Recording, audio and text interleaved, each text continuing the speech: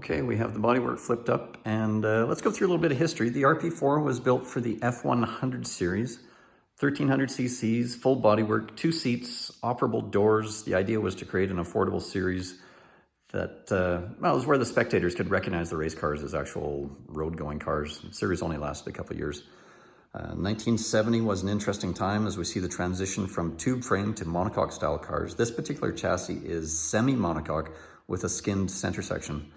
The mild steel tube frame is super easy to work on, and it's all brazed. So bronze brazed, I think they call it SIF brazing. And you can see in this unsandblasted saddle mount here, just the fun brazing job that's on there. Super cool. I'm extremely happy with work of one of the previous owners. He was a pretty good fabricator, and he built all new skins for the monocoque part. And they fit really nice, but there is going to be a lot of riveting required to attach the skins to the chassis. So be prepared. Interior, I'm pretty sure this is the original seat. It's super flimsy, and it is probably the most uncomfortable racing seat I have ever sat in. I would change that first thing, but I think it's original, so you can do what you want. Instrumentation, we have a mechanical Smith's tack there.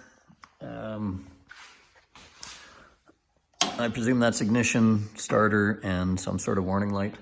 And it only has this one gauge here, which is an oil pressure gauge. I presume that was an oil pressure and coolant temperature combination Smith's gauge at one time, but who knows? It's a 50-year-old race car, so, things change. Interior instrumentation, engine. So, Mitsubishi 4G32, 1600 cc's, 40 millimeter DCOE Webers on it. A point style distributor. I'm not sure if that's a special distributor, if it's been recurved or whatever, but there's points in it, so you'll have to figure that out.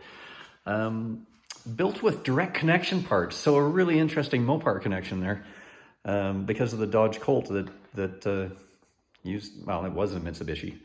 I particularly remember all the leggy girls in the back of the magazines back in the day with the direct connection ads. They were lots of fun. Dry sump, there's our sump, and there's our little oil pump down there. Transmissions, the Hewland Mark 8, just a beautiful little 5-speed crash box, 31 tooth ring gear, 10 tooth pinion final drive. All the suspension components were off-the-shelf Formula Ford pieces, so there's no problem getting those, same as in the front. Spitfire steering knuckles, and I believe it's a Spitfire steering rack as well. And now, missing parts. Right away you can see that the brake rotors are missing. I think those are Spitfire parts. I'm not sure. I would double check that before you start ordering stuff. The exhaust header is missing, as you probably saw, but somebody started building one and left us some beautiful flanges there to give you a head start. The camshaft tack drive is missing. That would be a really tricky little part to find, so I'd be tempted to block that off and just run an electric tack. Windshield is missing, as we mentioned before. Belly pan, it's kind of Flintstone style right now. That's right through to the floor. Coolant temperature gauge, belly pan, front. Oh, and the front coil over spring perches. There are just rods made up right now to fit where the shocks, where the coilovers go.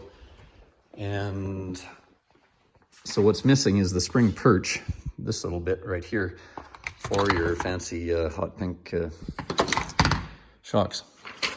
And belly pan, I think that's it for missing parts. Like all the plumbing for the brakes, clutch, and cooling and oiling system is, it's scattered. There's some in boxes, but I would just start from scratch with new stuff there. I don't think it's worth it to try and revive the old stuff.